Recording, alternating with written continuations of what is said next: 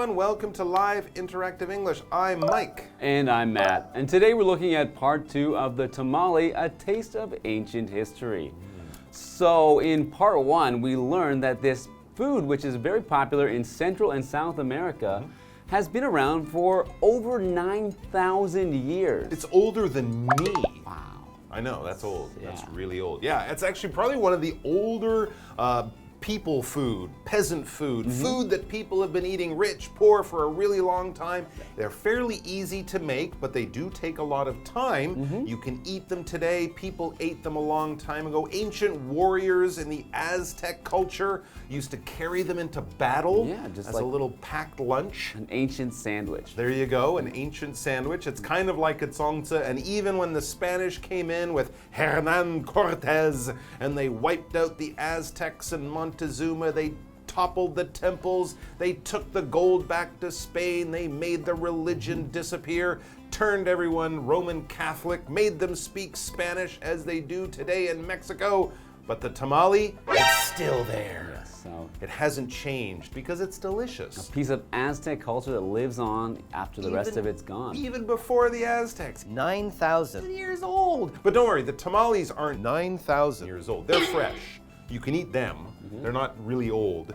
Making them, though, the history of them is really old. So we're going to be learning a lot more about it today. So let's check out more about the tamale, a taste of ancient history.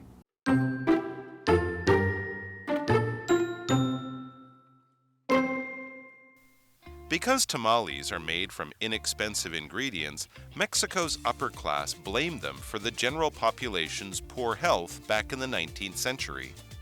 The people wouldn't let their leaders insult such a major part of their food heritage, to the extent that some historians even think tamales helped start the Mexican Revolution.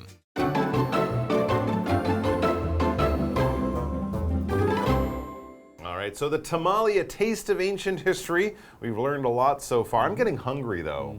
I haven't actually had a tamale since we started the article. So why don't you read, and I'll think about where I can get one for lunch. Okay, sounds good. Because tamales are made from inexpensive ingredients, Mexico's upper class blamed them for the general population's poor health back in the 19th century. Very interesting. So they might be delicious, but kind of like a tzongzi, it's not really something you want to eat for every meal. I think every time there's Dragon Boat Day, some doctor always says, only have one tzongzi every day because there's a lot of salt and fat and stuff like that. So maybe back in the old days, this is the 1800s, the 19th century, poor Mexican people didn't eat very well, and kind of like today saying, oh, it's the fast food, or oh, that you drink too much Coca-Cola or something like that. People are blaming it on that. Well, maybe the people then didn't have the money or couldn't find healthy food, so they were only eating the unhealthy food. But anyways, we do understand that too many tamales might not be good for you. All right, but back to the article. The people, it says, the normal people, the common people, the tamale-loving poorer people, the people wouldn't let their leaders insult such a major part of their food heritage, to the extent that some historians even think tamales helped start the Mexican Revolution. Wow. So a food so powerful, it can such an important part of their culture that it can even maybe have started a revolution. Yeah, or at least get the people thinking about the differences between the really rich people with all the good food and the poor people who only have this food to eat. The people don't like to be insulted about their culture and things like that they can't or don't want to change. The people wouldn't let their government insult the tamale. So to insult something or someone is to do or say something that makes another person angry, actually. So just to insult someone could just be to say something mean to them is to insult someone, or to do something like maybe to spit on someone's shoes.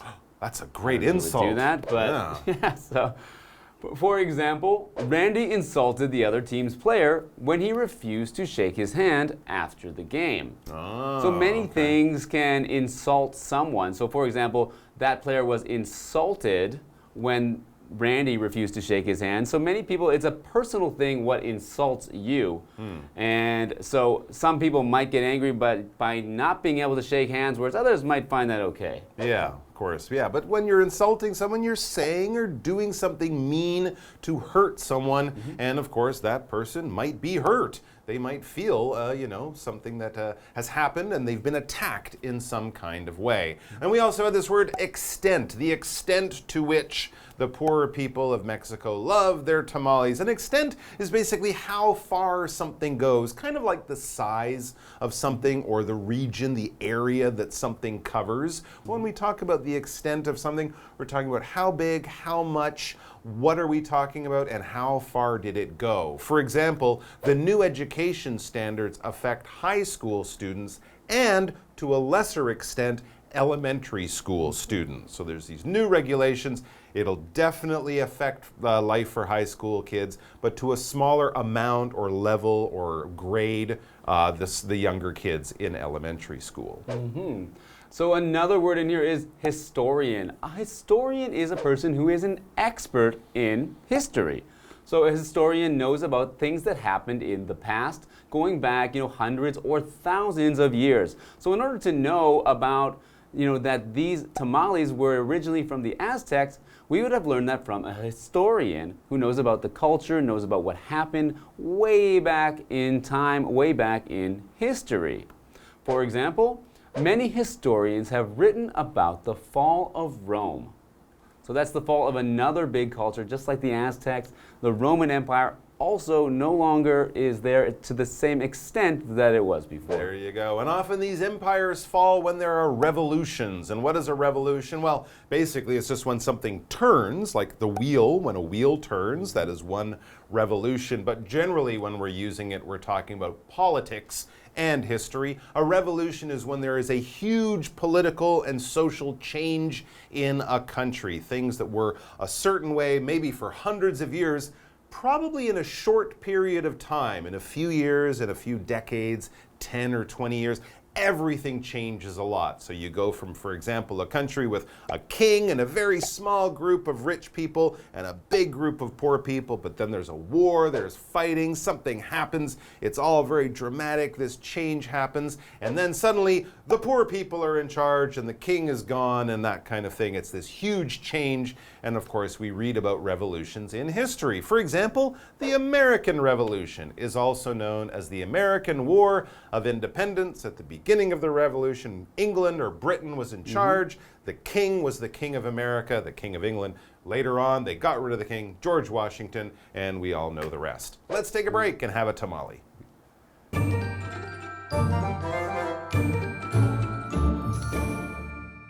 Hello， 大家好，我是 Hanny。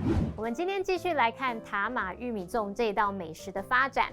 由于塔玛玉米粽呢是用廉价的食材制成的，那在19世纪的时候，墨西哥的上流社会把一般民众健康欠佳的原因就归咎于塔玛玉米粽。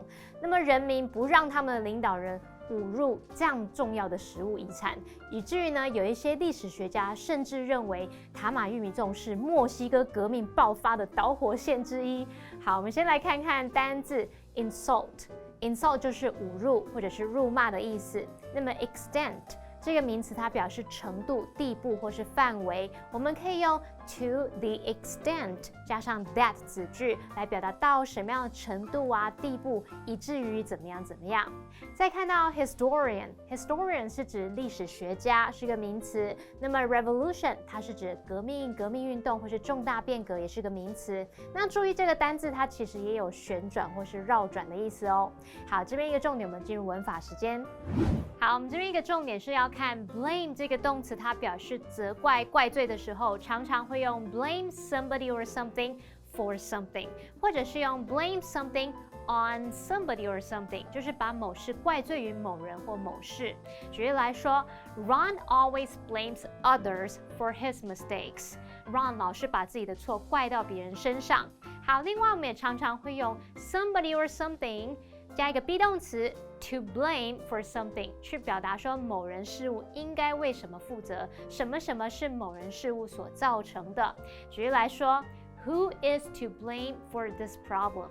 谁该为这个问题负责呢？好，这回课文中。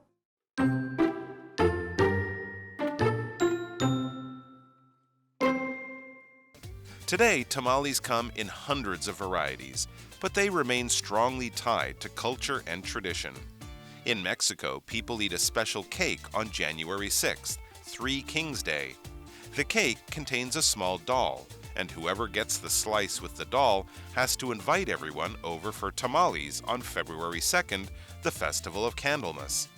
When tamales came to North America in the early 1900s, they were so popular that tamale stands filled the streets in San Antonio, Los Angeles, and other major cities. The local government in Los Angeles tried to ban the stands because there were so many, but they soon found that tamales were better liked than the government officials. You can find tamales in any place where there has been Spanish influence, such as Venezuela, Peru, the Philippines, and Guam. Wherever you take a bite, you'll be tasting a delicious piece of culinary history.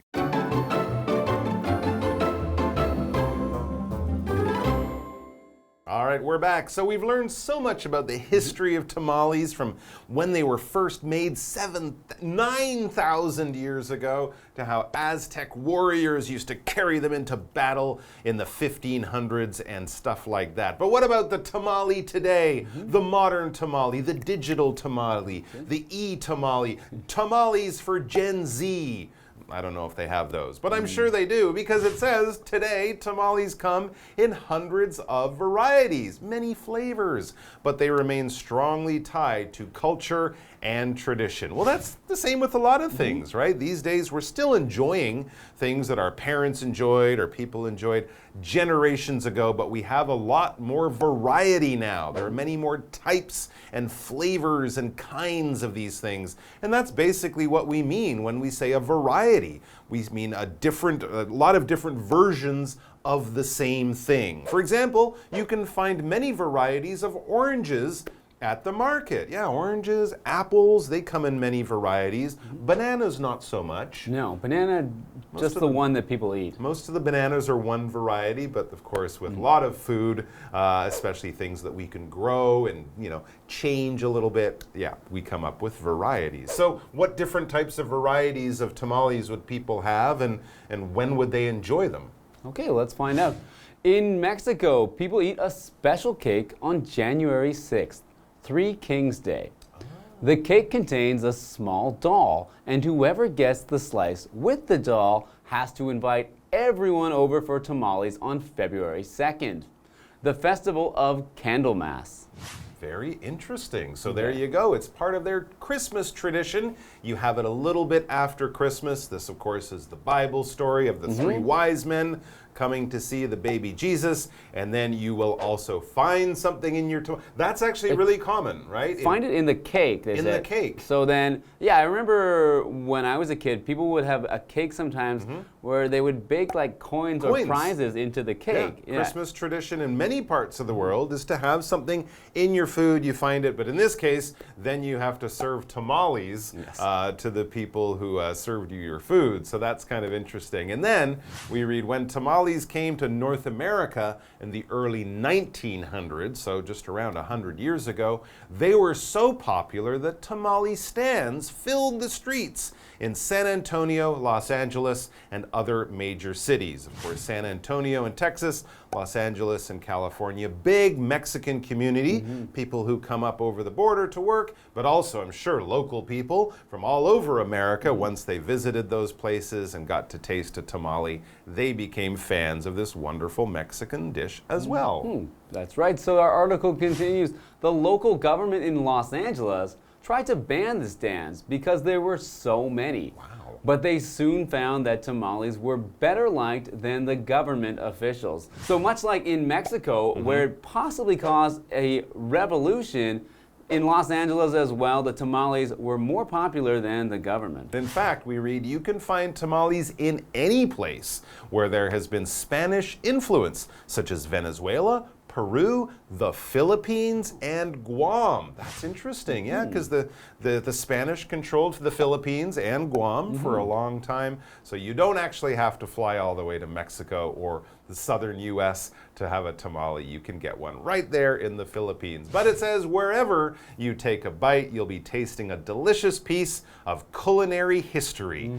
A really old piece of culinary. Yeah. The tamale's fresh. It's not old. The history is old. So enjoy the tamale. So we have a what do you think question here. So Mike, Yes. do you enjoy tamales and why or why not? Let's see. I enjoy tamales. I find tamales to be quite interesting, quite tasty, a little bit expensive, but I had a tamale at a Mexican restaurant here in Taiwan. I love doing that, but whenever I have that kind of food, I always want to go back to the real local place and have a real local person make it for me. But from what I know of tamales, I would definitely want to try one on the first day if I ever find myself on holiday in Mexico. Absolutely. How about you?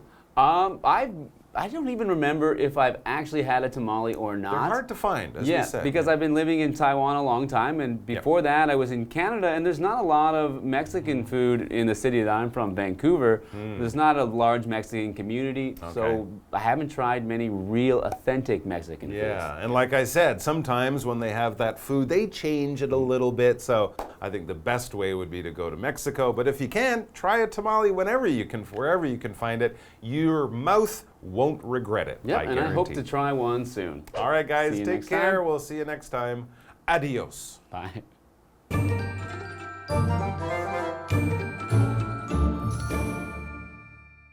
塔玛玉米粽的历史可以追溯到9000多年前，那么在现在称为墨西哥的地方被创造出来，而后来我们有说到阿兹提克人还把这个塔玛玉米粽带上战场。Mike 老师在简述这段历史时，他用到 warrior 这个字 ，W-A-R-R-I-O-R warrior， 它表示战士、勇士或是武士。好，那么课文接着写到说，如今啊，塔玛玉米粽有数百种，但它们仍然和文化传统紧密相关。而塔玛玉米粽在20世纪初传到北美洲时，它们非常受欢迎，以至于在圣安东尼奥、还有洛杉矶和其他主要城市的街道上，到处都是塔玛玉米粽的摊位哦。那洛杉矶当地政府还因为摊位太多而试图禁止，结果他们很快就发现塔玛玉米粽比这些政府官员还要更受欢迎了。好，我们来看单字 variety。variety 这个名词它表示种类、变化或是多样化，它也可以表示各式各样。那老师在解释的时候用到 version 这个字 ，V-E-R-S-I-O-N version 表示版本、变种或是形式。好，课文最后提到说，你可以在受到西班牙影响的任何地方找到塔玛玉米粽，无论你在哪里尝一口，你都会品尝到一段美味的烹饪历史。好，这边一个重点，我们进入文法时间。好，我们来看这个重点是 WH 疑问词后面加上 ever 这样的用法。首先，第一种用法呢，它可以当复合关系代名词，这时候就兼具了先行词和关系代名词的功能，用来引导名词子句。那常见的复合关系代名词有 whoever、whichever、whatever 等等。我们造两个例句。Whoever solves a math problem will get a prize. 解开这题数学题的人将获得一份奖品。我们看到句子里面的名词子句 Whoever solves the math problem， 这时候它是用来当主词用哦。再看个例句 I'll buy whichever is the cheapest。我要买最便宜的那一个。好，那这时候名词子句 whichever is the cheapest 是用来当受词喽。好，下一个用法是说，它可以用来当复合关系副词，那这时候它就兼具了先行词和关系副词的功能，用来引导让步副词子句，表示说无论怎么样啊，不管怎么样，这时候就会跟 no matter 搭配 WH 疑问词的意思相同哦。像我们说 whatever 就相当于 no matter what， 无论什么。像 wherever 就相当于 no matter where， 表示无论何处。Whenever 相当于 no matter when， 无论何时。Whoever 相当于 no matter who， 无论是谁等等。举例来说 ，Brent makes friends wherever he goes， 也可以说 Brent makes friends no matter where he goes。Brent 无论到哪里都能交到朋友。好，以上是今天的讲解，同学别走开，马上回来哦。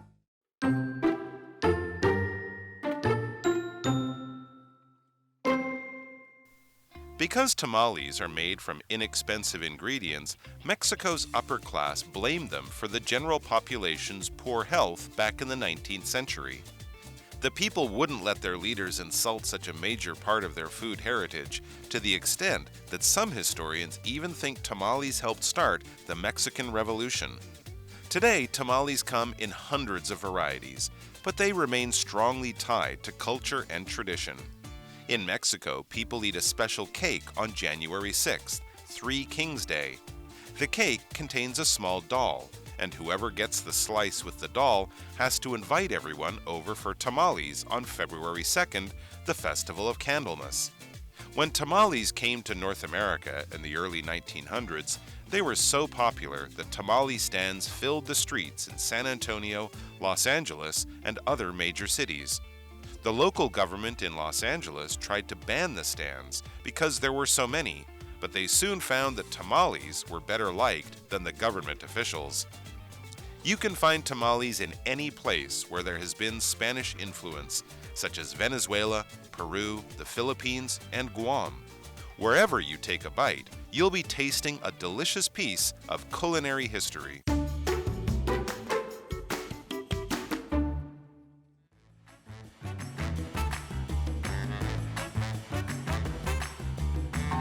Hi, I'm Josh.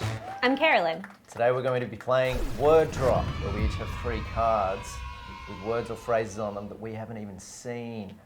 And we have to weave this into a casual conversation. It's going to be quite the challenge, but I think we can do it. Yeah. So how about you get this ball rolling? Let's have a chat. All right, let's have a chat. Done deal.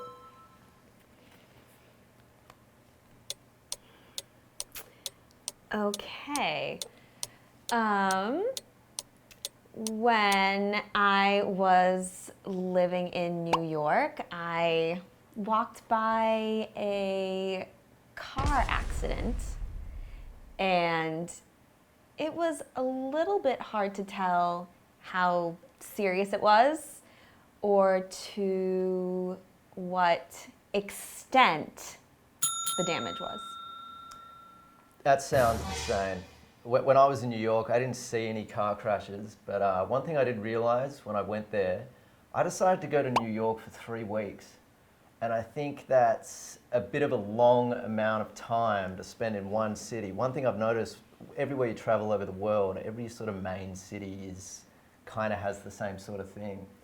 And I'm from a big city in Australia, so going to New York didn't really offer anything new. So I think I need to find new travel destinations for a new travel revolution.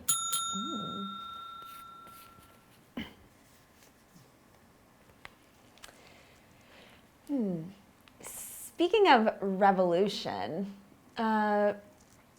in my country, a long time ago, there was a revolution, and sometimes it's a little bit hard to tell what actually happened because there are so many different accounts of the story. So it's hard to know which historian to trust. Oh, totally. And I mean, some of them, I don't want to say some tell the truth and some lie, but history can be written in different ways depending on who's writing it, which is something I've always found very curious, which is why I like to go to different museums to get this different sense of variety.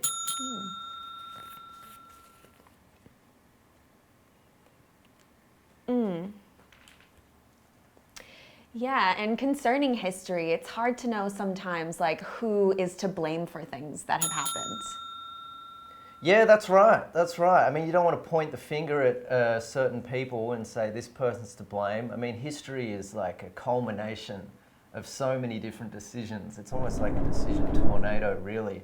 But I think one thing you got to be careful of is who you speak to about certain historical events, because sometimes they may not receive it too well, and I don't want to just go around insulting people. For sure. Yeah.